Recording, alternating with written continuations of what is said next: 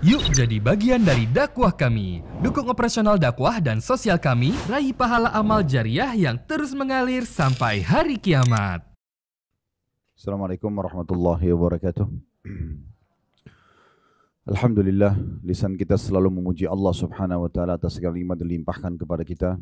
Dan juga selanjutnya kita panjatkan salam hormat kita, salawat dan taslim kepada utusan Allah Nabi besar Muhammad sallallahu alaihi wa ala alihi wa sahbihi wasallam sebagaimana Allah telah memerintahkan kepada kita.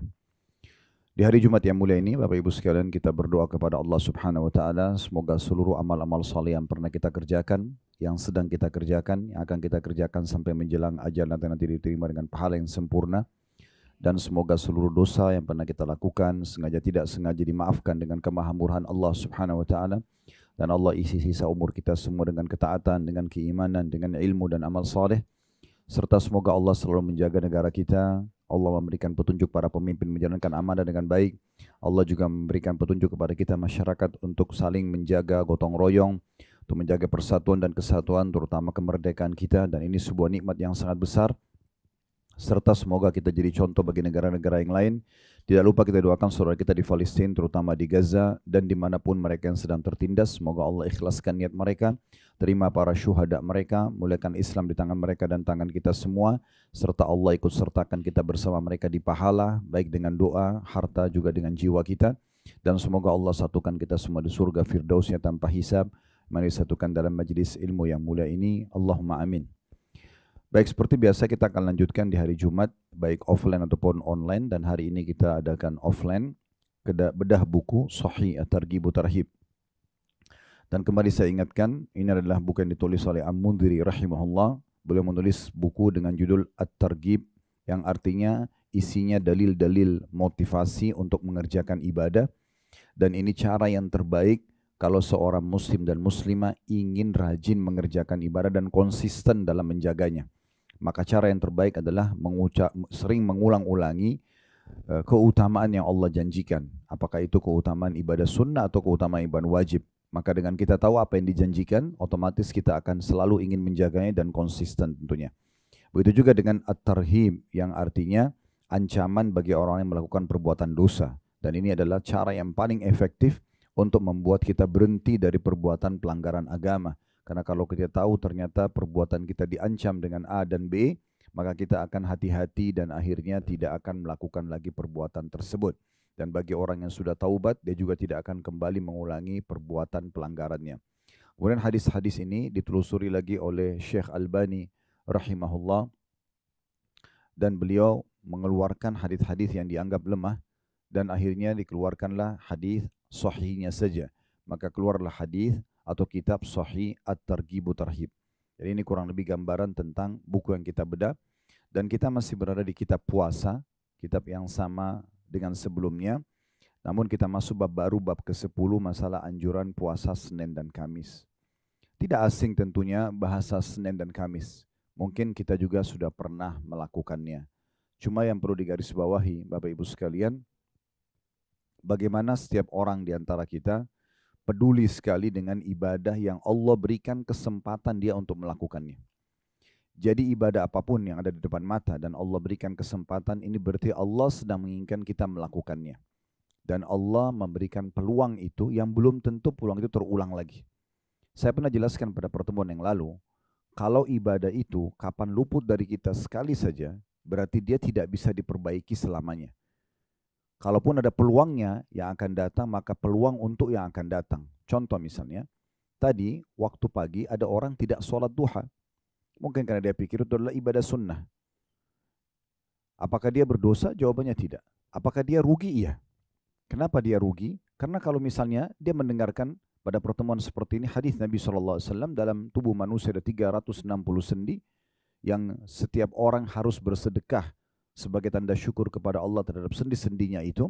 Jadi kalau kita bayangkan satu sendi nilainya 1 juta misalnya, berarti dia harus keluarkan 360 juta rupiah setiap hari sebagai tanda syukur kepada Allah. Karena sendi-sendi mahal sekali. Kita tahu kalau ada orang retak sendinya, patah tulangnya, ini kan biayanya besar sekali. Kalau kita anggap 1 juta satu sendi, maka 360 juta dia harus sedekah setiap harinya. Dan kata Nabi SAW, 2 rakaat sholat duha menutupi sedekah 360 sendi itu. kurang dari 2 menit kita bisa kerjakan dan sudah dianggap kita sedekah untuk 360 sendi kita. Juga dalam hadis-hadis yang lain seperti kata Nabi SAW, Allah Subhanahu wa taala berfirman, wahai anak Adam, rukuklah untukku 4 rakaat di awal pagi, maksudnya di waktu duha. Ya. Maka aku akan penuhi hajatmu pada hari itu. Artinya semua kebutuhan kita akan dipenuhi Allah hanya dengan mengerjakan duha 4 rakaat. Dan sekian banyak keutamaan tentang sholat duha sudah pernah kita bahas di bab sholat. Namun yang saya ingin titik beratkan, kalau misalnya ada saudara kita sekarang, tadi dia tidak sholat duha, kemudian dia dengar keutamaan ini, lalu dia ingin mengerjakannya, apakah dia masih bisa kerjakan? Jawabannya tidak mungkin, karena waktunya sudah lewat. Boleh nggak dia kerjakan duha besok? Boleh, tapi itu untuk besok. Buku amalnya juga dicatat untuk hari esok. Tapi hari ini yang dia luput dari sholat duha, akan dia temukan di hari kiamat bukunya di hari ini, di tanggal ini, dia tidak mengerjakan sholat duha. Dan sudah cukup membedakan derajat dia dengan orang yang mengerjakan sholat duha. Tidak bisa diperbaiki. Maka peluang ibadah itu kalau datang, jangan disia-siakan. Peluang apapun itu, mau sunnah ataupun wajib. Tadi contoh sholat duha. Belum juga contoh yang lainnya, seperti kesempatan sedekah, kesempatan baca Quran, kesempatan hadir majelis ilmu, kesempatan silaturahim keluarga, kesempatan bakti sama orang tua, bantu kerabat, dan segala macam hal. Maka ini adalah peluang yang Allah sedang sodorkan di hadapan kita. Ini peluang buat kamu sekarang yang terbaik, kerjakan. Setiap kali orang menepis peluang tersebut tidak akan terulang lagi. Kalaupun dia pindah di hari esok, atau di pekan depan, atau di bulan depan, berarti untuk catatan pekan depan ataupun hari esoknya. Jadi hari ini dia akan luput dari itu. Beda dengan dosa Bapak Ibu sekalian. Kalau dosa, kita buat dosa nih, berjalan 1 tahun, 2 tahun, 10 tahun kita berbuat dosa. Misal 10 tahun berlanjut seseorang melakukan perbuatan dosa yang rutin. Kemudian dia bertaubat di tahun ke-11. Dalam 1 hari saja, atau mungkin beberapa detik dia bertaubat, bisa bersih semua dosanya. Aman, selesai. Ya, dia tidak akan dihukum oleh Allah Subhanahu wa taala dengan taubat nasuha. Taubat adalah sebuah resep yang sederhana, tiket VIP dari Allah Subhanahu wa taala. Tetapi itu kalau dosa, kalau amal soleh tidak bisa. Nah, sebelum kita masuk panjang lebar bahas tentang masalah puasa Senin Kamis dan puasa-puasa yang datang setelahnya akan kita bahas. Jadi mungkin ini sudah sering kita dengar, tapi permasalahannya siapa yang mengerjakannya dan siapa yang konsisten untuk menjaganya. Dan pertanyaan selanjutnya, bagi yang tidak mau mengerjakan, kenapa belum mengerjakannya? Ada masalah apa dengan puasa ini? Apakah hanya dengan istilah, kan cuma sunnah? Baik, sunnah juga perintah agama. Lalu apa gunanya kita mempelajarinya, kita mendengar keutamanya? Seperti nanti Bapak Ibu akan dengar, oh puasa Senin Kamis sudah dapat ini, dapat itu. Apakah hanya sekedar untuk didengar? Kemudian kita pulang dan mengatakan, oh tadi saya hadir pengajian dengar tentang Senin Kamis. Tidak cukup sampai di situ. Itu kalau kita persentasekan ilmu 100%, mengucapkan seperti tadi itu hanya 10%. Hanya mendengar keutamaan dan kemudian kita mengatakan, oh saya sudah tahu. 90%-nya itu dipraktek. Akan berkah yang 10% kalau kita praktekin. Dan tidak bisa Bapak Ibu sekalian kita menghayal kalau ibadah yang ingin kita kerjakan, kita berharap orang lain yang kerjakan, itu nggak mungkin. Atau kita berharap nanti ada dorongan yang besar, orang yang setiap hari datang, Senin Kamis memegang tangan kita, ayo puasa yuk. Atau setiap malam, ayo sholat yuk. Nggak mungkin terjadi. Harus dari diri kita sendiri. Kita yang harus memulainya. Oleh karena itu saya pernah sampaikan sebuah kaidah sederhana. Dalam hal ibadah ini Bapak Ibu sekalian wajib kita pribadi. Ini prinsip pribadi. Kita katakan wajib ya. Saya paksakan diri saya untuk ibadah. Nggak bisa tidak. Mulai hari ini komitmen, paksakan diri untuk mulai sholat malam, untuk mulai sholat duha, untuk mulai zikir habis sholat komitmen, untuk mulai baca beberapa ayat Al-Quran, untuk mulai silaturahim keluarga, bakti orang tua, jenguk orang sakit. Apa saja peluang ibadah itu yang nanti kita tidak menyesal di hari kiamat karena tidak mengerjakannya. Saya ingatkan kembali, di hari kiamat ada 3 golongan yang akan menyesal. Yang pertama ini penyesalan abadi, yaitu orang-orang kafir, orang munafik, orang musyrik. Karena mereka masuk neraka, mereka kekal selamanya. Ini penyesalan abadi. Gak bisa sama sekali mereka keluar dari penyesalan tersebut. Ini Bapak Ibu bisa lihat nanti di rumah, tadabburi surah Al-Mu'minun, surah nomor 23, ayat 99 sampai 115. Cerita tentang bagaimana penyesalan orang-orang kafir pada saat mereka masuk neraka, karena mereka tidak akan pernah bisa keluar dari siksa tersebut dan mereka tidak merasakan mati lagi kecuali mati yang pertama. Jadi dibakar, disiksa, tapi mereka tidak bisa lepas dari situ. Ini penyesalan abadi. Penyesalan yang kedua, yaitu penyesalan orang-orang beriman, tapi lebih banyak dosanya daripada amal solehnya. dikenal dengan istilah usatul mu'minin, orang-orang mukmin yang bermaksiat. Jadi mereka sholat ya tapi mereka masih zina, mereka sholat ya tapi mereka masih riba, masih ada imbang begitu, dan akhirnya pada saat ditimbang amalnya hari kiamat dosanya lebih berat. Misal amalnya cuma 90, dosanya 100, dia harus masuk neraka dulu. Ini juga menyesal. Kenapa dia dulu tidak mengerjakan amal soleh yang membuat dia bisa melampaui dosanya, atau dia bertobat dari dosanya supaya tidak ada lagi hukuman. Ya, orang ini juga akan menyesal. Karena satu hari di sisi Allah Subhanahu wa taala dalam Al-Qur'an dikatakan yauma 'inda rabbika ka'alfi sanat mimma ta'uddun. Satu hari di sisi Tuhan kalian di hari kiamat itu sama dengan 1000 tahun waktu kalian di dunia. Jadi kalau sama satu hari mampir di neraka itu bukan main-main. 1000 tahun dibakar dan dipanggang. Tidak ada toleransi, tidak ada negosiasi. Penjaga neraka itu Bapak Ibu sekalian malaikat-malaikat yang sangat keras, kasar. Lihat surat Tahrim, surah nomor 66 ayat 6. Allah ingatkan itu. Ya alladzina amanu qu anfusakum wa ahlikum nara. Hai orang beriman, selamatkan diri kalian dan keluarga kalian dari api neraka. Bagaimana caranya? Dengan paksakan diri amal saleh, tinggalkan dosa-dosa, tobat segera kalau pernah melakukan. Ya, waquduhan nasu wal hijarah. Bahan bakarnya manusia dan batu, alaiha malaikatun giladun syidadun la ya'sunallaha ma amaru wa yafaluna ma yu'marun. Neraka itu dijaga oleh malaikat-malaikat yang kasar, yang keras. Mereka tidak pernah bermaksiat kepada Allah dan mereka selalu mengerjakan apa yang dititahkan. Ya. Nama kelompok penjaga neraka itu Zabaniyah. Ya, kata Allah SWT dalam Al-Quran, "Falyad'u nadiya sanad'u Zabaniyah." Orang-orang neraka boleh panggil, siapa saja mereka boleh panggil setelah masuk neraka. Tolong saya, panggil pemimpinnya dulu di dunia, panggil orang tuanya, panggil siapa saja. Maka kata Allah, kami akan panggil Zabaniyah. Nabi Muhammad SAW jelaskan, Zabaniyah itu malaikat yang sangat besar, raksasa. Ya, sampai kalau seseorang menunggangi kuda dengan kecepatan tinggi, berjalan 100 tahun, belum bisa jalan dari awal pundak ke lehernya saja. Jadi saking besarnya malaikat Zabaniyah. Jadi bukan bodyguard yang mungkin cuma 2 meter tingginya, 3 meter tingginya. Ini malaikat raksasa yang besar yang memang kasar, keras, tidak ada toleransi. Itu semua kenapa? Karena kelalaian saja. Dan ini tidak boleh kita seperti ini terus-menerus. Harus ada masa di mana kita berubah. Ya, kita berubah menjadi orang yang lebih baik, orang yang lebih patuh. Cukup pelanggaran masa lalu, bagaimana kita perbaiki ke depan. Golongan yang ketiga, yang menyesal. Jadi yang pertama orang kafir, orang musyrik, dan orang munafik yang kekal di neraka. Yang kedua usatul mu'minin. Orang-orang mukmin tapi masih lebih berat dosanya daripada amal soleh sehingga masuk neraka dulu. Walaupun cuma sehari berat, gitu kan? Apalagi sampai sebulan, 1 tahun. Kemudian yang ketiga adalah orang-orang mukmin yang masuk ke dalam surga. Ya, jadi walaupun kita masuk surga, kita nanti ada penyesalan. Kenapa penyesalannya?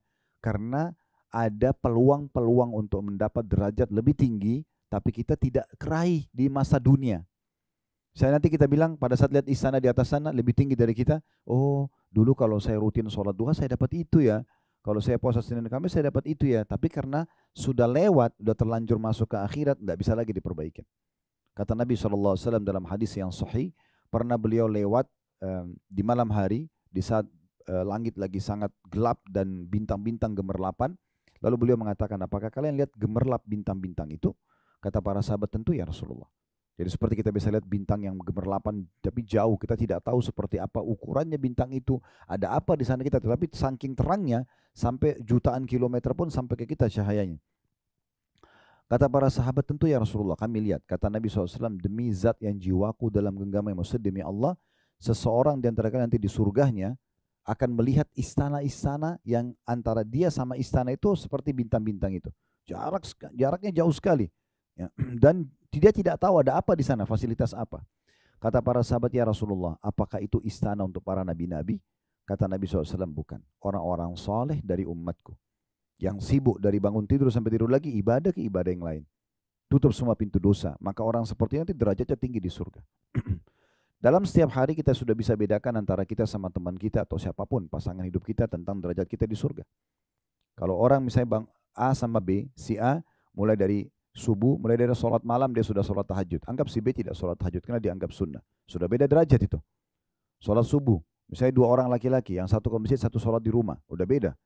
Yang satu sholat duha 2 rakaat, yang satu mungkin sholat duha 4 rakaat. Yang satu sholat 5 waktunya semua di masjid, yang satu tidak. Yang satu sedekah hari itu, yang satu tidak sedekah. Yang satu hari itu bakti orang tua, yang satu tidak. Sehari saja itu sudah sangat jauh jarak kita dengan orang-orang yang soleh. Maka harus kita yang menentukan Bapak Ibu sekalian.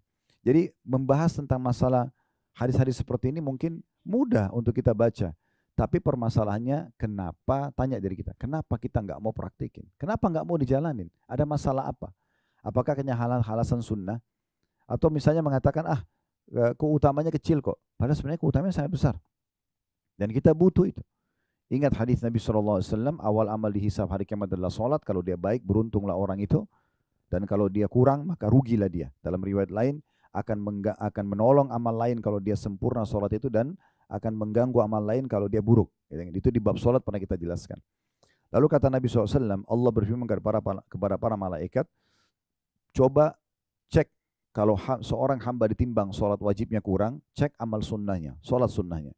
Kalau ditemukan, kata Allah SWT, sempurnakan sholat wajib yang kurang itu, kurang khusyuk, lupa wudu, atau apa saja, sempurnakan dengan sholat sunnahnya. Maka kata Nabi SAW, dengan begitu berarti terbantukan sholat wajibnya dengan sholat sunnahnya. Dan itu berlaku pada ibadah-ibadah yang lain. Zakat dibantu kalau kurang kita hitungnya dengan sedekah. Puasa Ramadan dibantu dengan puasa-puasa sunnah. Ya kan? Haji dibantu dengan umroh. Itu fungsi daripada amal sunnah. Kalau amal soleh kita wajib sudah sempurna, maka ini akan menambah derajat kita di surga. Dan ingat sekali lagi, saya ulangi Bapak Ibu sekalian, penentuan derajat di surga, ya ini hanya akan terjadi di dunia. Tidak bisa lagi di akhirat, nggak bisa. Kalau di akhirat kita bisa milih, ya Allah saya mau derajat itu. Apa yang harus saya lakukan di akhirat, dikasih kesempatan ibadah, nggak ada masalah. Masalahnya tidak seperti itu. Di sini saja di dunia. Dan waktu kita sekali tidak akan pernah kembali. 1 detik yang lalu aja ini akan berlalu dan tidak akan pernah bisa terulang. Tidak bisa kita minta kembali lagi 1 detik. Misalnya untuk kita istighfar atau kita berzikir atau kita sedekah, nggak bisa. Maka harus maksimalkan. Dan setiap orang di antara kita harus menyadari tentang pentingnya poin yang baru kami sampaikan tadi. Saya pernah menyusun sebuah ceramah Bapak Ibu sekalian, judulnya inilah Hari Emasmu, untuk memberikan kesadaran buat diri saya dulu sebagai pemateri dan juga buat jemaah yang mendengarkan. Alhamdulillah sudah diangkat juga di medsos kami. Yang saya sedang bahas adalah hari ini. Hari ini sekarang kita hidup, inilah hari emas kita. Karena ini hari di mana kita masih hidup. Allahu a'lam besok kita tidak tahu. Dan hari ini adalah hari yang sudah bisa kita jadikan penutup daripada umur kita yang sebenarnya. Maksudnya, kalau seseorang dari kita misalnya umurnya 50 tahun atau 40 tahun. Dengan hari ini, maka berarti inilah umur dia yang sebenarnya sudah dia lalui. 40 tahun itu atau 50 tahun itu. Ini ke depannya dia tidak tahu. Apakah sisa sehari, apakah sisa 2 hari. Kalau dia masih dikasih umur yang sama, 40 tahun juga ke depan, itu luar biasa. Tapi kan belum tentu. Berarti hari ini adalah hari emas kita di mana kita harus maksimalkan. Kalau lalu-lalu kita selalu beramal soleh, sekarang tambah lagi hari ini supaya derajat kita tinggi di surga. Kalau lalu-lalu kita buat dosa, ini kesempatan kita minta maaf. Jangan lagi lalai, supaya kita tidak kena hukuman oleh Allah Subhanahu wa ta'ala. Ini poin penting. Hasan Basri rahimahullah pernah kedatangan seseorang. Kemudian orang itu kebetulan sudah 60 tahun umurnya. Hasan Basri bertanya, berapa umur kamu? Dia bilang 60 tahun. Kata Hasan Basri, kalau begitu kau sudah 60 tahun menuju ke Tuhanmu. Kamu sudah jalan ini menuju ke Tuhan. Sudah mau meninggal gitu. Lalu kata orang tersebut, innalillahi wa inna ilaihi raji'un. Kami milik Allah, kami akan kembali kepada Allah. Kalimat istirja, karena menganggap itu musibah buat dia. Dia yakin selama 60 tahun mungkin masih banyak kekurangan dia lakukan. Maka kata Hasan Basri, kau tahu makna kalimatmu itu? Orang itu terdiam. Lalu kemudian Hasan Basri mengatakan, berarti kau mengatakan bahwasanya kau milik Allah dan kau akan kembali. Dan orang yang mengucapkan kalimat ini tahu dia akan bertemu dengan Tuhannya. Dan yang tahu bertemu dengan Tuhannya, dia tahu akan dihisap oleh Allah. Maka orang itu mengatakan, lalu apa solusinya? Kata Hasan Basri, perbaiki sekarang ke depan. Maka Allah akan maafkan masa lalumu. Dan kalau kau justru masih mengisi dengan kelalaian dan dosa, maka Allah akan hukum kau di masa depan dan masa lalumu. Ya, jadi orang harus menyadari masalah ini Bapak Ibu sekalian. Jadi ini bukan hanya sekedar duduk di majelis, terus kemudian kita dengarin, oh iya ceramah begini ya, oh ceramahnya bagus, itu tidak penting. Itu cuma bungahnya majelis, itu enggak penting. Yang penting itu Bapak Ibu masuk dalam majelis ilmu dan efeknya ada pasti. Setiap dengar ceramah, oh itu ya, oh ini ya, supaya kita amalin. Jadi jangan bertahun-tahun dengarin ceramah terus tidak ada perubahan, itu sayang sekali. Ya. Tidak penting Bapak Ibu sekalian siapa yang menyampaikan, tapi apa yang disampaikan. Kalau itu benar, amalkan. Itu penting. Ya, karena memang Allah Subhanahu wa ta'ala memilih kita pada hari ini pun duduk di majelis ilmu itu dengan hikmahnya. Berapa banyak orang yang Allah tidak berikan taufiknya. Tidak ada pikiran untuk hadir majelis ilmu, tidak ada pikiran, lalai saja terus. Itu banyak orang. Allah lalaikan mereka. Kalau Allah berikan kita kesempatan sadar, itu bukan satu peluang yang baik. Jangan disia-siakan. Ini kurang lebih gambaran saya ingin titik beratkan dulu di pembukaan kita, supaya materi yang kita dengarkan Bapak Ibu sekalian 1 jam ke depan, setengah jam, 45 menit, 1 jam setengah. Semua ini Bapak Ibu sekalian harus kita anggap penting untuk kita terima dan juga kita amalkan. Seperti itu kurang lebih. Baik, kita sudah membahas pada pertemuan yang lalu puasa 3 hari setiap bulannya itu dikenal dengan Ayyamul Bid. Dan itu dianjurkan di tanggal 13, 14, 15. Hanya saja boleh dipilih tanggal berapa saja. Boleh dipilih tanggal berapa saja, dan keutamaannya puasa 3 hari setiap bulannya itu sama pahalanya dengan mendapatkan pahala puasa setahun. Cara hitungannya itu adalah kembali kepada ayat Al-Quran. Man ja'a bil hasanati falahu asyru amthaliha. Siapa yang mengerjakan satu perbuatan baik akan diberi lipat gandakan 10 kali lipat. Jadi kalau Bapak Ibu puasa 3 hari setiap bulan, 1 harinya sama dengan pahala 10 hari puasa. Berarti kalau 3 hari setiap bulan itu sama dengan 1 bulan puasa, 30 hari. Kalau setiap bulan kita puasa begitu, 1 bulan ini puasa Ayyamul Bid bersama dengan pahala 1 bulan puasa, karena 30 hari pahalanya, walaupun cuma 3 hari puasa. Karena 1 hari dilipat gandakan menjadi 10 kali lipat. Bulan depan lagi kita puasa 3 hari berarti sama dengan sebulan lagi, begitu terus sampai 11 bulan. Kemudian nanti Ramadan kita puasa sebulan penuh, berarti pahalanya sama dengan puasa setahun.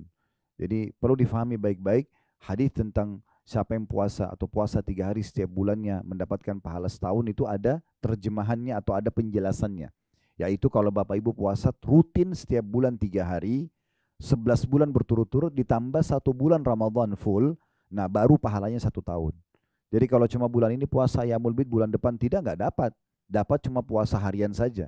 Untuk mendapatkan puasa setahun konsisten menjaga setiap bulannya 3 hari. Ya Alhamdulillah, sekarang ada ilmu pengetahuan tambahan buat kita. Di masa kita sekarang lagi masa-masanya orang bicara tentang diet, tentang kesehatan. Dan salah satu yang ditemukan adalah terbaik adalah puasa. Lalu kenapa kita tidak amalkan? Sekalian niat ibadah dan juga kita bisa menjaga kesehatan kita. Makin sering kita menjaga diri dari makanan dan minuman, maka makin sehat tuh manusia. Kan gitu. Makin jauh dari sifat malas, makin jauh dari penyakit. Dan Nabi sudah ingatkan itu dari jauh sebelumnya, 1400 tahun yang lalu. Kata Nabi SAW, tidak ada bejana lebih buruk yang diisi oleh manusia dibandingkan dengan perutnya. Maksudnya kalau dia fokus makan aja terus, nggak pernah ada istirahatnya, dari pagi sampai malam, terus tidak ada juga puasa 1 pekan, 1 bulan, maka ini akan sangat terancam kesehatannya, karena dia tidak tahu makanan itu kelebihan atau tidak misalnya, sehat atau tidak, ya, yang mana akan jadi nutrisi tubuhnya, yang mana tidak cocok sama tubuhnya, dan segala macam hal. Baik, kita akan masuk Bapak Ibu sekalian ke bab ke-10, masalah anjuran puasa Senin dan Kamis. Yang dimaksud Senin dan Kamis adalah berpisah, Senin sendiri, Kamis sendiri. Namun disilakan Senin dan Kamis karena memang Nabi SAW menggabungkan 2 hari ini. Maksudnya diusahakan Senin puasa, Kamis juga puasa. Hadis pertama dengan sanad sahih di ghairihi menjadi sahih karena dikuatkan dengan riwayat-riwayat lain, dan ini urutan 1041 dari awal belajar. Berwi dari Abu Hurairah radhiyallahu anhu bahwa Rasulullah sallallahu alaihi wasallam bersabda, "Tu'radul a'malu yaumal itsnaini wal khamis, fa uhibbu an yu'rada 'amali wa ana sha'im." Ketahuilah amal-amal itu dihadapkan, dilaporkan kepada Allah setiap hari Senin dan juga Kamis. Maka aku ingin amalku dihadapkan dalam keadaan aku sedang berpuasa. Hadis ini diriwayatkan Tirmidzi dan dikatakan hadis ini hasan gharib.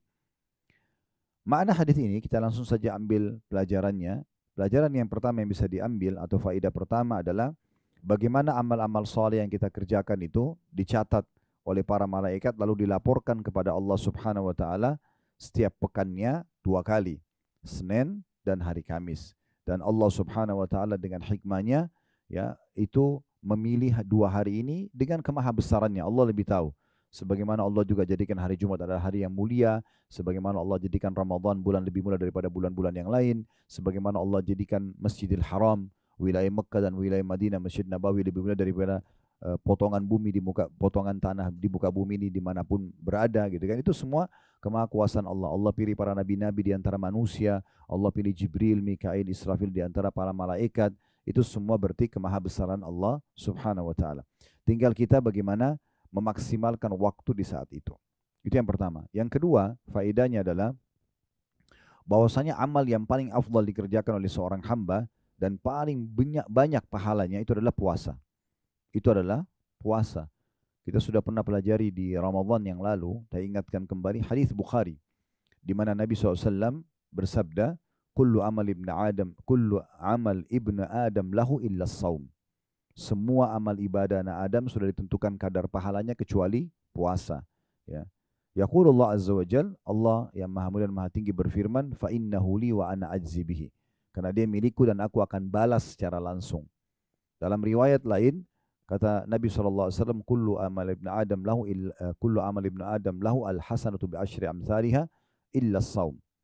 Sesungguhnya semua amal ibadah anak Adam sudah ditentukan kadar pahalanya 10 sampai 700 kali lipat, tergantung kadar keikhlasan dan bagaimana dia mengemas ibadah itu, ya.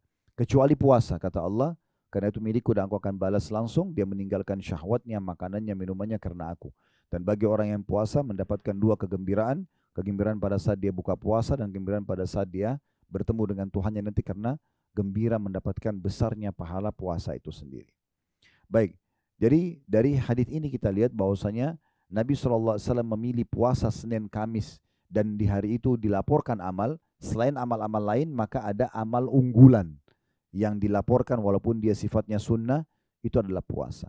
Karena puasa itu betul-betul luar biasa, kita mengontrol waktu yang cukup panjang, hawa nafsu kita dari pelanggaran-pelanggaran agama, bahkan yang dihalalkan pun, makanan, minuman, biologis halal pun kita tinggalkan karena Allah Subhanahu wa taala, maka Allah akan membalas dengan pahala yang besar. Ya, selain tentu tadi saya bilang, puasa juga bisa membawa pada kesehatan. Oleh karena itu mulai sekarang harus dijadwalin dan harus dari kita bagaimana kita memulainya, Bapak Ibu sekalian, ya. Ini dua faedah dari hadis pertama. Kita masuk langsung hadis kedua. Dan hadis kedua ada 2A dan ada juga 2B sampai 2C. 2A-nya dengan sanad sahih li ghairihi, menjadi sahih karena dikuatkan dengan riwayat-riwayat lain. Ini urutan 1042 dari awal belajar. Berbunyi juga dari Abu Hurairah radhiyallahu anhu, anna Nabiya sallallahu alaihi wasallam kana yasumul itsnaini wal khamis, faqila ya Rasulullah innaka tasumul itsnaini wal khamis, faqala inna yawmal itsnaini wal khamis yakfirullahu fihima likulli muslim illa al muhtajiraini yaqulu da'huma hatta yastaliha. Bahwasanya Nabi SAW rutin berpuasa Senin dan Kamis. Lalu ditanya kepada beliau, wahai Rasulullah, mengapa Anda berpuasa Senin dan Kamis? Mengapa rutin Anda jaga ini? Maka kata Nabi SAW, karena sungguhnya Allah mengampuni setiap muslim pada hari Senin dan Kamis. Kecuali dua orang yang saling bermusuhan, Allah akan berfirman kepada para malaikat, biarkan keduanya sehingga keduanya berdamai. Ya, ini riwayat 2A-nya.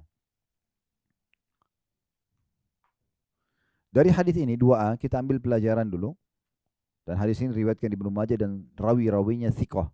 Yang baca bukunya di halaman 356 itu thiqah dimiringkan tulisannya karena memang bahasa Arab, artinya terpercaya. Ya, perawi-perawinya terpercaya sehingga hadis ini bisa diterima. Ya. Juga diriwayatkan oleh Malik, Muslim, Abu Daud dan Tirmidzi tanpa menyebutkan puasa. Faedah dari hadis yang pertama adalah bagaimana Nabi SAW menjadi suri tauladan yang baik karena beliau mencontohkan apapun yang beliau ucapkan. Jadi Nabi SAW mengucapkan juga mempraktikkan. Ya. Jadi Nabi SAW langsung mencontohkan tentang puasa Senin dan Kamis. Ya, bisa kita jadikan alasan juga karena Nabi SAW sangat mencintai puasa Senin dan Kamis, dan saya mengerjakan juga selain daripada amal yang paling baik dilaporkan karena sedang dilaporkan amal di Senin dan Kamis. Ini yang pertama. Yang kedua faedahnya, bolehnya seseorang bertanya kalau dia kenal seseorang yang lain yang sedang mengerjakan ibadah. Boleh dia tanyakan, kenapa Anda baca Quran? Kenapa Anda zikir? Kenapa Anda tutup aurat? Kenapa Anda begini dan begitu? Kalau itu amal soleh. Tujuannya untuk menjadi motivasi buat kita. Itu boleh. Ya, itu boleh. Tapi jangan memuji amal ibadah orang lain. Itu tidak boleh. Jadi nggak boleh kita bilang, oh kamu solehah banget ya, kamu soleh banget nih, kamu puasa, kamu nggak boleh kita puji ibadah orang. Itu dilarang. Karena pernah ada satu sahabat, dia sholatnya khusyuk sekali, dan kebetulan jauh dari Nabi SAW, di pinggiran masjid. Kemudian ada sahabat di depan Nabi mengatakan, ya Rasulullah, sholatnya orang ini indah sekali, saya suka dia karena Allah. Kata Nabi SAW, jangan kau perdengarkan kepada dia, karena kalau kau perdengarkan maka kau akan membinasakannya. Tadinya mungkin dia ikhlas, tapi jadi riya karena kamu memujinya. Ya. Jadi nggak usah kita puji pada orang lain. Tapi kalau kita mau bertanya dengan tujuan untuk motivasi boleh, nggak ada masalah. Ya, ada dua orang tabi'in, Abdullah bin Mubarak dan Fudail bin Iyad rahimahumullah. Ini pernah saya sampaikan beberapa tahun lalu kisahnya, tapi saya ingatkan kembali. Dua orang ini generasi tabi'in terkenal ulamanya tabi'in. Mereka sangat soleh, dua orang ini. Dan mereka saling mencintai karena Allah. Nah, salah satu yang mereka kerjakan berdua ini, mereka sepakat sholat subuh di satu masjid. Dan mereka nanti duhur, asar, maghrib bisa masjid. Nanti isya mereka ketemu lagi di satu masjid, sudah janjian. Tujuannya, nanti di sholat duhur, sholat asar, sholat maghrib ini, si Abdullah bin Mubarak dan Fudail bin Iyad di beda masjid, mereka cari habis salam, habis zikir, habis sholat ba'diyah, siapa kira-kira orang di masjid yang masih tinggal. Dan kemudian apa yang sedang dikerjakan. Misalnya di pojok sana ada orang lama sekali berdoa. Dia tunggu selesai, ditanya sama dia, apa yang motivasi kamu mau berdoa? Nah, gitu. Ada orang di sana baca Quran, dia datang, kenapa kau mau baca Quran? Begitu aja kerjaan itu tiap hari. Tapi ini tidak mengambil waktu lama, hanya selepas sholat saja. Beberapa waktu habis itu aktivitas umumnya. Nanti isya mereka ketemu, lalu mereka berbagi pengalaman. Lalu mereka, tadi saya ketemu orang begini loh, tadi saya ketemu orang begitu. Hanya untuk menambah keimanan mereka saja. Hanya untuk memotivasi diri mereka agar rajin beribadah. Dan ini satu hal yang positif yang bisa kita kerjakan ya. Kalau kita mau bertanya dengan tujuan memang untuk menjadi motivasi buat diri kita. Dan ini Abdullah bin Mubarak mengatakan, saya pernah satu waktu menuju ke Mekah, kemudian berpisah dengan Fudail bin Iyad. Karena mereka selalu saling menceritakan pengalaman spiritualnya. Ini kira-kira ada orang lebih baik nih ibadahnya. Maka Abdullah bin Mubarak pernah pergi ke Mekah dan dia cerita tentang pengalaman dia. Dia katakan, waktu itu saya masuk ke Masjid Haram mau tawaf, mau umrah. Kemudian Imam Haram lagi mengumpulkan masyarakat Mekah untuk mengerjakan sholat istisqa. Karena waktu itu lagi musim kemarau peceklik. Sampai sumur Zam-Zam pun dalam sejarah dikatakan pertama kali terjadi ya dari masa Nabi SAW itu kering pada masa itu. Maka mereka sholat istisqa minta turun hujan. Kata Abdullah bin Mubarak, saya ikut sholat, saya ikut juga berdoa, tapi tidak ada tanda-tanda doa kami diterima karena ya tetap aja terik matahari.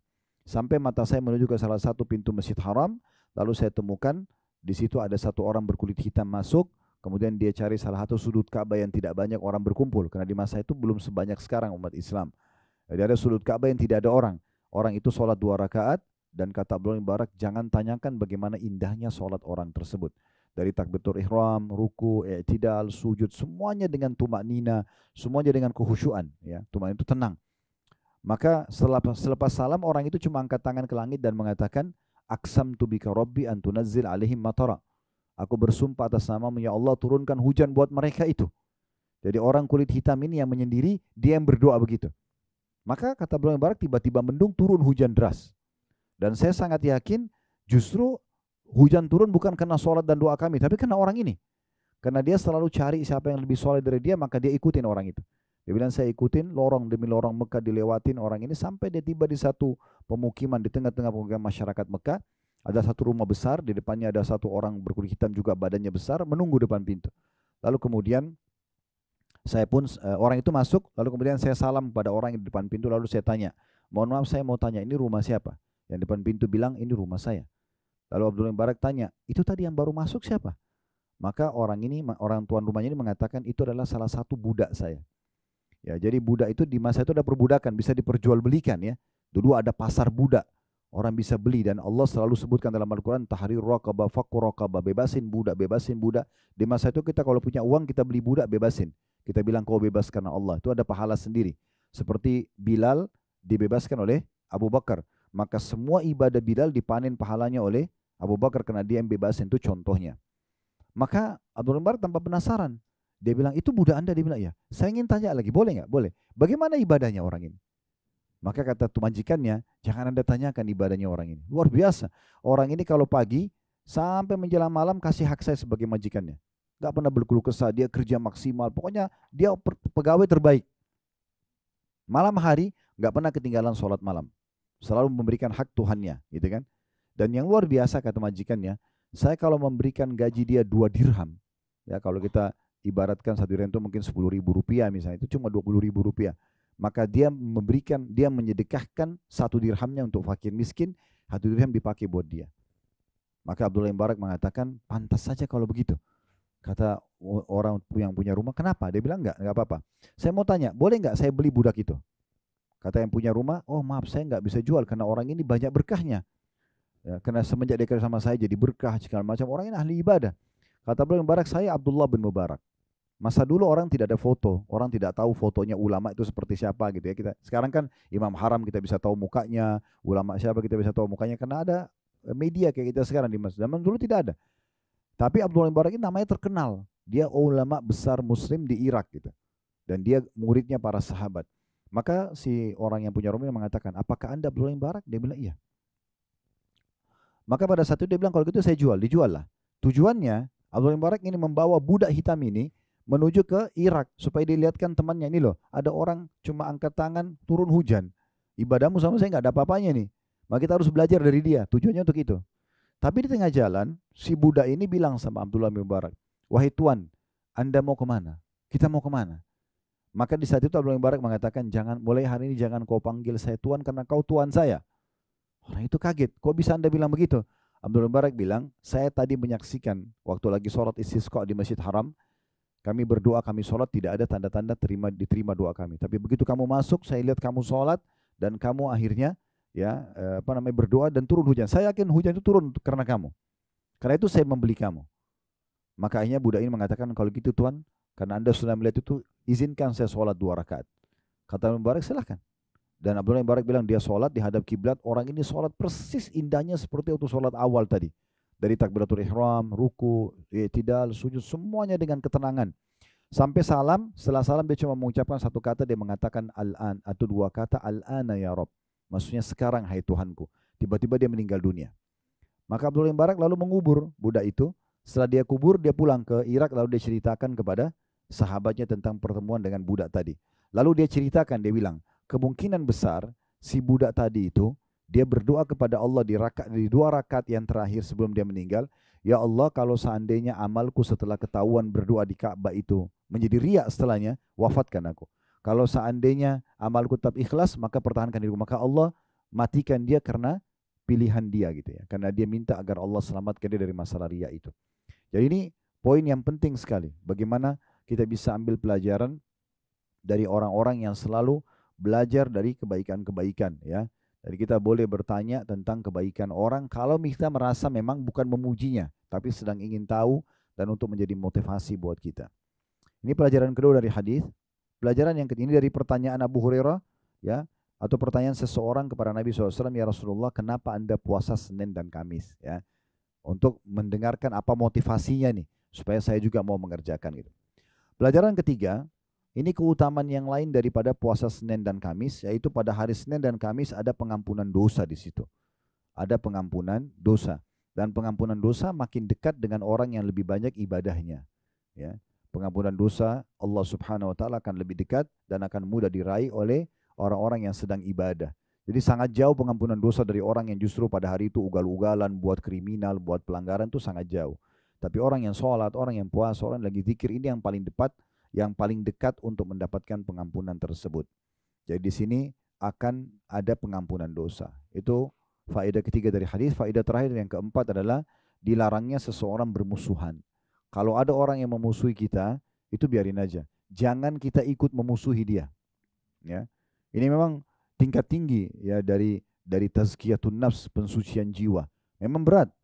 Orang masalah sama kita, tetapi di saat dia membenci kita, kita tidak ikut membencinya. Di saat dia menyerang kita, kita tidak balas dengan serangan.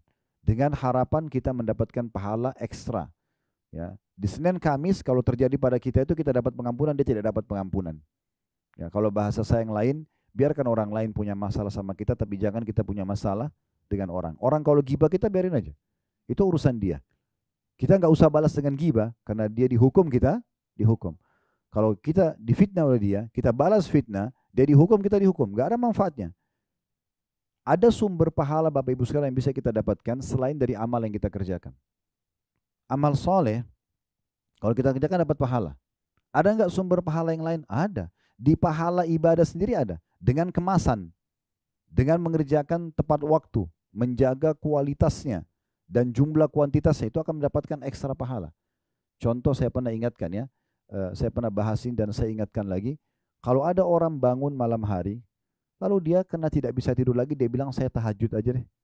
Lalu dia sholat tahajud. Dapat pahala kan apa? Sesuai dengan kadar keikhlasan dia. Tapi dia akan beda pahalanya dengan orang yang mengemas ibadahnya. Dia sebelum tidur udah niat mau tahajud.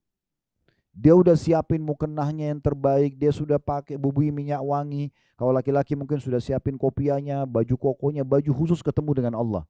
Dia udah pilih surah-surah yang dia mau baca. Ini namanya kemasan terhadap ibadah itu. Beda pahala dengan tadi orang yang tahajud saja karena dia tidak bisa tidur dengan orang yang sudah atur dikemas sebelumnya. Nah, beda orang contoh yang lain mau bersedekah. Dia ketemu orang miskin, pada saat itu baru kemudian dia korek kantongnya, dompetnya, atau tasnya, apa yang ada, 100.000, 50.000, 10.000 itu yang dikeluarin sama dia. Mau uang baru, mau uang tua, pokoknya yang penting sedekah. Berpahala kan berpahala. Itu urusan dia sama Allah, masalah keikhlasan.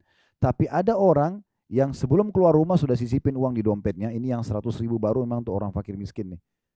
Dikemas sama dia. Nanti dia sudah niat, nanti kalau ketemu dia akan kasih. Apalagi ada targetnya orang yang dia datangin. Nah itu akan beda pahalanya karena ada kemasan terhadap ibadah tersebut. Ya. Haji dan umroh itu juga begitu. Dia memang sengaja mengemas agar dia memakai fasilitas yang terbaik. Hotelnya, pesawatnya. Untuk Allah SWT. Dia nikmati juga dapat pahala. Itu juga akan beda. Dengan orang yang punya kemampuan tapi sengaja tidak mau. Misal. Dan seterusnya. Pernah ada hadis Nabi SAW. Bukan hadis Nabi tapi penyampaian dari Aisyah radhiyallahu anha. Dikatakan juga ini adalah bagian daripada sunnah. Aisyah mengatakan radhiyallahu anha, Nabi SAW pernah mengumpulkan kami para istrinya lalu berkata, sesungguhnya orang yang paling pertama menyusul aku nanti, meninggal setelah aku meninggal, adalah orang yang paling panjang tangannya di antara kalian. Kata Aisyah radhiyallahu anha, setelah Nabi SAW meninggal, hampir setiap hari kalau kami ketemu, para istri Nabi ini ukur tangan. Siapa yang lebih panjang tangannya? Karena dianggap itu orang yang paling pertama meninggal. Itu yang mereka faham. Ternyata, kata Aisyah, kami memahami maksud Nabi ini justru setelah meninggalnya Zainab. Jadi saat itu Nabi namanya Zainab meninggal duluan. Ya, di situ kami faham ternyata yang dimaksud oleh Nabi SAW tangan panjang itu adalah orang yang paling suka bersedekah. Semua istri Nabi suka sedekah. Tapi Zainab ini berbeda. Aisyah menggambarkan. Kalau Zainab ini, kalau misalnya dia mau menyumbangkan baju perang untuk para mujahidin, dia bukan beli di pasar yang sudah jadi lalu dikasih, tapi dia buat sendiri. Dia kalau mau memberikan orang buka puasa, dia bukan beli langsung makanan jadi, dia buat dengan tangannya sendiri. Nah ini namanya kemasan ibadah itu ada nilainya. Beda, karena ada pengorbanan ekstra, akan ada juga pertambahan pahala di situ. Nah seperti itu memahaminya. Jadi kita kembali ke tadi, ini ada larangan untuk bermusuhan. Dan usahakan Bapak Ibu sekalian kita akan selalu tenang ya dalam menghadapi setiap permasalahan. Toh ujian itu akan datang. Tidak ada orang di muka bumi ini hidup 100% semua orang suka sama dia, enggak ada. Ada saja orang yang tidak suka ya. Maka jangan terganggu dengan yang tidak suka. Yang suka selesai, yang tidak suka udah tinggalin aja. Enggak usah habisin energi kita untuk itu. Apalagi balas kejahatan mereka dengan kejahatan itu enggak penting. Ya itu enggak penting. Jadi enggak usah balas keburukan tersebut. Dan ini dicontohkan oleh Nabi SAW. Waktu pembebasan kota Mekah Bapak Ibu sekalian, Nabi SAW membawa 10.000 pasukan. Dan Mekah takluk tanpa perlawanan pada saat itu. Dalam hukum perang, itu kalau satu kekuatan militer udah masuk ke satu lokasi dan menguasainya, maka semua wilayah itu jadi kekuasaannya. Dia bisa hukum mati siapa saja yang dia mau, dia bisa terapin apa saja yang dia mau gitu kan. Nabi SAW 13 tahun dihina di Mekah, dicaci maki, diusir dari kampung halamannya, dituduh penyihir, penyamun, segala macam. Waktu Nabi SAW berhasil menang, beliau kumpulkan tokoh-tokoh Quraisy, lalu beliau mengatakan sambil memegang kedua dinding pintunya Ka'bah, kira-kira apa yang akan saya lakukan pada kalian? Mereka sudah tahu nih, ini panglima perang, masuk dengan pasukannya berarti bisa berbuat apa saja. Maka tokoh-tokoh Quraisy mengatakan, engkau adalah kerabat terbaik kami, hai Muhammad, engkau adalah orang yang paling baik akhlaknya yang kami kenal, maka berbuat baiklah pada kami. Maka kata Nabi SAW, hari ini aku akan ucapkan seperti yang diucapkan saudaraku Yusuf, la tathriba alikumul yaum. Waktu saudara-saudara Yusuf yang dulu menaruh Yusuf alaihissalam dalam sumur, kemudian sampai Nabi Yusuf terbengkalai dalam kisah Yusuf yang sangat masyhur, waktu ketemu setelah Nabi Yusuf jadi penguasa di Mesir, maka mereka akhirnya tahu kalau mereka salah, mereka takut Yusuf menghukum karena Yusuf sudah menjadi orang yang tinggi jabatannya. Maka kata Yusuf alaihissalam, tidak ada kebencian untuk kalian hari ini. Jadi enggak ada. Allah sudah maafkan semuanya. Ya memang itu butuh kebesaran jiwa untuk bisa sampai pada level itu. Tapi dipastikan Bapak Ibu sekalian, insya Allah orang yang selamat dari stroke, dari penyakit-penyakit yang kronis itu justru orang yang seperti ini. Hidupnya simple. Bergaullah, lanjutkan hubungan dengan orang yang suka sama kita. Yang tidak suka nggak usah. Ya, udah selesai, simple. Dan jangan balas keburukan orang dengan keburukan juga. Ya gitu. Selesai. Itu sederhananya. Ya. Ini hadis atau ini pelajaran keempat dari hadis yang bisa kita ambil. 2B-nya dengan sanad sahih dan lafaz ini dimiliki oleh Imam Muslim. Rasulullah SAW bersabda, "Tu'radul amalu fi kulli yaumi itsnaini wa khamis. Fayagfirullahu azza wa jalla fi dzalikal yaumi likulli imri'in la yusyriku billahi syai'a illa imra'an kana bainahu wa baina akhihi syahna. Fayaqul urku hadaini hatta yastaliha." Amal-amal dihadapkan kepada Allah setiap hari Senin dan Kamis.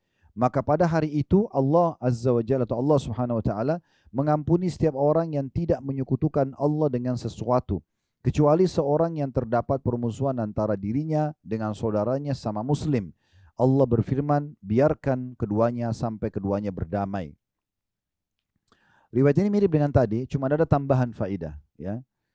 Kalau yang tadi amal dilaporkan sudah kita sebutkan di hadis yang pertama. Kemudian di hadis yang kedua A tadi sudah disebutkan tentang Allah akan mengampuni dosa-dosa, ya.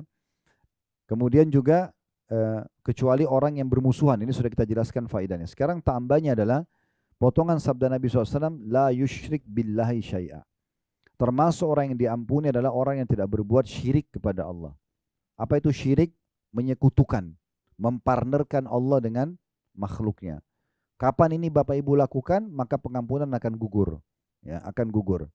Mungkin contoh-contohnya jelas kalau kita kembali kepada orang-orang kafir Quraisy dulu. Mereka itu Bapak Ibu sekalian, Abu Lahab, Abu Jahal, ya, Umayyah bin Khalaf, tokoh-tokoh Quraisy yang terkenal. Mereka itu tahu kalau Ka'bah ini rumahnya Allah. Mereka juga haji. Ya, mereka juga bersedekah, mereka juga silaturahim. Banyak yang mereka kerjakan dari kebaikan-kebaikan dari ajaran Nabi Ibrahim alaihissalam. Cuma sayangnya mereka berbuat kesyirikan. Apa itu? Mereka datangkan patung, lalu mereka anggap patung ini punya kekuatan seperti Allah. Jadi partner. Jadi mereka berdoa sama Allah, mereka tahu tapi mampir juga di patung, minta juga sama patung itu. Maka ini namanya menyekutukan Allah. Ini tidak boleh, ini perbuatan syirik kepada Allah SWT. Mungkin di masa kita sekarang seperti orang pakai jimat, ya. Ini bisa menolong dia dari ini dan itu. Nah ini semua tidak boleh. Makanya kata Nabi SAW, apapun yang digantung di badan dengan niat itu bisa memberi manfaat atau mudarat, maka itu jimat. Ya, dan kata Nabi SAW, man allaka tamim faqad asyrak. Siapa yang menggantungkan jimat, maka dia telah berbuat kesyirikan. Ya, dia tidak boleh sama sekali. Ya. Dan di sini tidak disebutkan apakah syirik besar atau syirik kecil. Berarti hati-hati juga dengan riya. Ya. Pamer ibadah itu, ya. Kemudian memperindah karena mau dipuji. Kalau ini ada, kemungkinan pengampunan dosa Senin Kamis tidak didapatkan. Ya. Oleh karena itu kita harus betul-betul mengontrol setiap ibadah kita. Semua orang di antara kita Bapak Ibu sekalian pasti akan dibisikkan oleh syaitan untuk riya. Karena riya itu adalah senjata pamungkasnya syaitan. Ya. Itu orang lihat kamu perpanjang doamu, itu orang ini, itu akan puji, orang akan gini dan begitu. Maka semua itu kita tinggal tepis. Baca a'udzubillahi minasyaitonirrajim. Selama bisikan itu tidak kita ikuti, maka kita tidak riya. Ya, kita tidak akan riya. Jadi tetap aja kita konsentrasi ibadah, lalu berlindung kepada Allah dari syaitan, kemudian insya Allah kita lanjutkan ibadah kita, maka itu akan aman. Nah ini tambahannya, ini faedah tambahan. Kalau tadi ada 4 faedah di hadis 2A-nya, di 2B-nya ada tambahan faedah yang kelima, yaitu dengan orang tidak berbuat kesyirikan kepada Allah Subhanahu wa taala. Di 2C-nya dengan sanad sahih dan dalam satu riwayat Imam Muslim juga, kata Nabi SAW, tuftahu abwabul jannati yawmal itsnaini wa yawmal khamis. Fayukfaru likulli abdin la yushriku billahi syai'a illa rajulan kanat bainahu wa baina akhihi syahna. Pintu-pintu surga dibuka pada hari Senin dan Kamis. Maka semua hamba yang tidak menyekutukan Allah dengan sesuatu diampuni kecuali seseorang yang antara dirinya dengan saudaranya terdapat permusuhan. Sebenarnya di sebelahnya ada tertulis dalam kurung al-hadis. Al-hadis itu maksudnya hadis ini masih panjang, cuma Al-Mundhiri mengambil saksi bahasan sampai sini saja. Dari hadis ini ada tambahan faedah ke-6, khusus hadis nomor 2 ya. Karena 2A, 2B, 2C kita anggap ini satu rangkaian hadis, satu urutan ya. Kalau hadis 2A tadi ada 4 faedahnya, hadis ke-2B-nya kita tambah 1 faedah tidak boleh syirik. Kemudian hadis ke-2C-nya ada tambahan satu lagi, yaitu terbukanya pintu-pintu surga pada hari Senin dan Kamis. Ya, ini bisa bermakna macam-macam ya, tetapi bisa bermakna secara letterlet memang pintu surga lagi dibuka. Ya, bisa juga bermakna adalah terbukanya pendaftaran untuk menuju ke surga. Ya, makanya Nabi SAW amal maksimal dan diikuti dengan puasa yang merupakan ibadah yang paling banyak pahalanya, agar pada saat dilaporkan itu sangat membantu nanti untuk masuk ke dalam surganya. Ya, ini yang dimaksud dengan potongan tambahan dibukanya pintu-pintu surga. Baik, hadis ketiga dalam bab kita dengan sanad hasan, ini urutan 1043 dari awal belajar berbunyi dari Usama bin Zaid radhiyallahu anhuma. Kita bilang anhuma karena Usama dan Zaid dua-duanya sahabat, ayah dan anak sahabat Nabi. Dia berkata, "Qultu ya Rasulullah, innaka tasumu hatta la takadu tuftir wa tuftiru hatta la takadu tasum illa yawmaini in dakhala fi siyamik wa illa sumtahuma." Qala ay yawmaini? Qultu yawmal itsnaini wa yawmal khamis. Qala dzanika yawmani tu'radu fihima al-a'malu ala rabbil alamin wa uhibbu an yu'rad 'amali wa ana sha'im. Terjemahannya, kata Usama bin Zaid radhiyallahu anhu, aku berkata, wahai Rasulullah, sungguhnya engkau berpuasa sehingga hampir tidak berbuka, dan engkau berbuka tidak berpuasa sehingga hampir tidak pernah berpuasa, kecuali 2 hari. Keduanya tidak masuk dalam puasamu, kecuali engkau pasti berpuasa pada keduanya. Nabi SAW bertanya, 2 hari yang mana yang kamu maksudkan? Aku berkata, hari Senin dan hari Kamis. Maka kata Nabi SAW, di 2 hari itu amalan-amalan dihadapkan kepada Rabb alam semesta.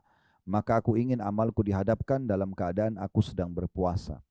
Hadis ini riwayat Abu Dawud, An-Nasai, dan pada sanadnya terdapat 2 rawi yang majhul, maksudnya masih perlu dipertanyakan, yaitu Maula Qudama dan Maula Usama. Namun di sini dihasankan oleh Syekh Albani setelah ditelusuri cukup banyak jalurnya. Di antara penguatnya adalah riwayat Ibnu Khuzaimah dalam Sahihnya dari Syurahbil bin Sa'ad dari Usama, dia berkata, ini langsung paragraf setelahnya ya. Karena Rasulullah sallallahu alaihi wasallam yasum itsnain wal khamis wa yaqulu inna hadaini al-yawmaini tu'radu fihima al-a'mal. Rasulullah SAW rutin berpuasa Senin dan Kamis, dan beliau bersabda, sesungguhnya pada 2 hari ini amal-amal dihadapkan kepada Allah. Dari hadis ini kita ada tambahan faedah, atau kita ambil faedah yang pertama, pentingnya seseorang untuk bertanya, ya, apapun yang dia belum ketahui ilmunya, dia bertanya. Mirip dengan tadi ada faedah kita ambil ya, bolehnya orang bertanya tentang ibadah seseorang. Tapi ini lebih umum, ini bertanya tentang sesuatu yang butuh dia ketahui ilmunya. Ya, dalam ilmu-ilmu agama dia bertanya. Dan bertanya ini, ya, malu itu sebenarnya dalam segala hal baik kecuali dalam majelis ilmu. Boleh orang bertanya dengan adab dan tata krama yang baik, ya, bukan karena ingin menguji pematerinya, bukan karena ingin pamer sama teman-temannya, tapi memang dia butuh ilmu, maka boleh dia bertanya. Diambil dari potongan perkataan Usama bin Zaid, aku berkata ya Rasulullah, Anda berpuasa sampai aku kira tidak lagi batal puasanya atau tidak pernah ada hari tidak puasa, dan Anda juga berbuka sampai aku pikir Anda juga tidak akan puasa, kecuali 2 hari ini, Senin Kamis. Maksudnya dalam sepanjang sebulan itu Anda bisa saja puasa, bisa tidak, kecuali Senin Kamis pasti Anda puasa. Ini pertanyaan, kenapa? Ya, gitu. Seperti itulah. Nah, pertanyaan ini sebenarnya karena dia butuh ilmunya. Dia butuh ilmunya, ya. Ini faedah pertama dari hadis. Faedah kedua dari hadis tentang bolehnya orang yang sedang ditanya atau pemateri pada saat belum jelas pada dia apa yang ditanyakan, maka boleh dia bertanya balik, ya, sehingga pertanyaan akan jawaban sesuai dengan pertanyaan nantinya. Jadi sini Nabi SAW tanya, 2 hari yang mana yang kau maksudkan? Barulah Usama mengatakan Senin dan Kamis, ya, untuk memastikan. Sebenarnya Nabi SAW sudah tahu yang dimaksudkan Senin Kamis, tapi Nabi ingin memastikan orang ini sedang bertanya apa sih yang dimaksudkan. 2 hari yang mana kau maksudkan? Kata orang ini, Usama bin Zaid radhiyallahu anhuma, puasa Senin dan Kamis. Ya. Sisanya sama dengan tadi, Bapak Ibu sekalian, yaitu karena amal-amal sedang dilaporkan kepada Allah Subhanahu wa Ta'ala, dan Nabi SAW ingin pada saat dilaporkan beliau punya satu ibadah unggulan yang paling besar pahalanya, yaitu berpuasa. Baik, hadis keempat dengan sanad sahih, dan ini urutan 1044 dari awal belajar, dan ini hadis terakhir dalam bab kita, yaitu dari Aisyah radhiyallahu anha. Beliau berkata, "Kana Rasulullah sallallahu alaihi wasallam yataharra shaum al-itsnain wal khamis." Ketahuilah bahwasanya Rasulullah sallallahu alaihi wasallam senantiasa menjaga puasa Senin dan Kamis. Makna yataharra di sini Bapak Ibu sekalian adalah selalu menjaganya. Selalu menjaganya. Diriwayatkan oleh An-Nasai, Ibnu Majah dan juga Tirmidzi dan dikatakan hadis ini adalah hasan gharib. Namun karena sudah ditelusuri oleh Syekh Albani, jadi istilah gharibnya atau asing itu berubah menjadi sahih karena dikuatkan dengan riwayat-riwayat yang lain. Dari hadis ini hanya bisa kita tambahkan satu faedah saja, yaitu bagaimana Nabi SAW konsisten menjaga semua ibadah yang sudah beliau lakukan, yaitu puasa di sini Senin dan Kamis. Dan ini harusnya menjadi sifat seorang Muslim ya.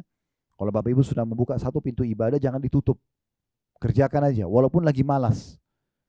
Kata Aisyah radhiyallahu anha, Nabi SAW tidak pernah berhenti sholat malam. Dan kalau beliau betul-betul lagi dalam kondisi malas, kata Aisyah begitu. Nabi lagi letih atau lagi kurang semangat, maka beliau tetap sholat malam walaupun duduk. Ya, maksudnya adalah bagaimana tetap menjaganya. Walaupun kita lagi lemah imannya, semangatnya kurang, jangan ditinggalkan. Usahakan pada saat itu justru kita tetap konsisten menjaganya. Karena nanti semangat itu akan naik lagi. Makanya kata Nabi SAW, semua ibadah itu akan ada masa naik semangat dan turun semangatnya. Nah, siapa yang lagi turun semangatnya tetap berpegang pada sunnahku, maka dia telah mendapatkan petunjuk. Jadi jangan sampai kita justru lagi kendor imannya, kemudian kita malas. Misalnya kita sudah 1 tahun berjalan sholat malam, syaitan berhasil menggoda kita, akhirnya kita jadi malas sholat malam. Lalu sudahlah besok aja, udahlah lusa aja, tertinggallah sepekan, 2 pekan, lalu kita biarkan. Jangan. Itu ibarat kita sudah naik tangga keimanan, pas di tangga ke-10 misalnya, syaitan tarik baju kita. Kita turun ke tangga ke-8. Sekarang kita mau naik lagi, atau kita biarin syaitan tarik terus ke bawah. Nah itu poinnya. Jadi kalau kita terus biarkan saja lalai, udahlah nanti aja, udahlah nggak apa-apa, nanti akhirnya syaitan terus menarik kita tuh. Dan perlu digarisbawahi poin penting. Ibadah itu Bapak Ibu sekalian, kalau misalnya satu waktu Bapak Ibu pernah termotivasi kerjakan satu ibadah karena dengar sebuah potongan ceramah tentang neraka misalnya. Lalu kita semangat, oh kayaknya saya nggak mau masuk neraka nih, saya mau ibadah, saya mau tobat. Lalu Bapak Ibu berubah nih, taubat, ya kan? Kita mulai berubah tuh, 1 tahun, 2 tahun kita jadi baik. Kalau sampai kita membuka pintu syaitan untuk membisik kita lemah, turun level iman kita. Dalam istilah agama kita futur. Futur itu maksudnya jatuh dari turun dari level ibadah yang tadinya kita sudah sampai, kita sangat semangat, kadang-kadang kita bisa nangis kalau berdoa, terus kita turun levelnya. Kenapa? Karena kita buka pintu dosa. Ya. Turunlah dia. Nah, untuk kembali ke level iman yang pertama itu butuh pendongkrak yang lebih kuat. Walaupun Bapak Ibu dengarin ceramah yang awal memotivasi kita, itu belum tentu bisa mengembalikan kita ke level itu. Harus butuh pendongkrak yang lebih kuat lagi. Oleh karena itu kalau sudah sampai pada satu level tertentu jangan turun. Konsisten selalu jaga itu. Selalu dijaga dengan cara tetap komitmen menjaganya. Ya, komitmen menjaga sambil berdoa kepada Allah Subhanahu wa taala. Ingat selalu saya bahasakan untuk istiqomah jaga 4 hal. Ya, yang pertama majelis ilmu. Tujuan duduk seperti ini untuk menambah iman kita. Iman itu akan datang dengan ilmu. Gak bisa, iman tidak ada kalau tanpa ilmu. Duduk begini nanti akan bertambah imannya. Ilmu dulu, kemudian datang iman. Iman ini kalau datang orang sudah berubah. Orang bodoh jadi pintar, orang penakut jadi pemberani, orang pelit jadi dermawan. Itu iman mengubah semuanya. Dan kita akan terdongkrak untuk mengerjakan amal saleh dan meninggalkan perbuatan dosa. Maka harus betul-betul kita jaga ini. Komitmen gitu ya. Kalau tidak bisa. Dan harus dari kita keputusannya. Nah ini poin penting. Baik, ini ada bab setelahnya. Tapi saya lihat hadisnya mungkin ada sekitar 5 buah hadis tentang puasa selain daripada hari Senin dan Kamis. Dan insya Allah mudah-mudahan apa yang kita pelajari bermanfaat buat kita semua. Dan Allah jadikan ini sebagai tambahan amal kita pada hari kiamat. Dan Allah mudahkan kita untuk mengamalkan tentu ilmu ini. Dan semoga saja Allah Subhanahu wa ta'ala juga menjadikan kita orang-orang yang selalu ikhlas karenanya. Dan juga selalu dicatatkan meraih pahala maksimal dan juga akan masuk surga tanpa hisab. Allahumma amin. Semoga bermanfaat. Kalau ada benar dari Allah, kalau ada salah dari saya mohon dimaafkan. Subhanakallahumma bihamdika asyhadu an la ilaha illa anta astaghfiruka wa atubu ilaik. Wassalamualaikum warahmatullahi wabarakatuh.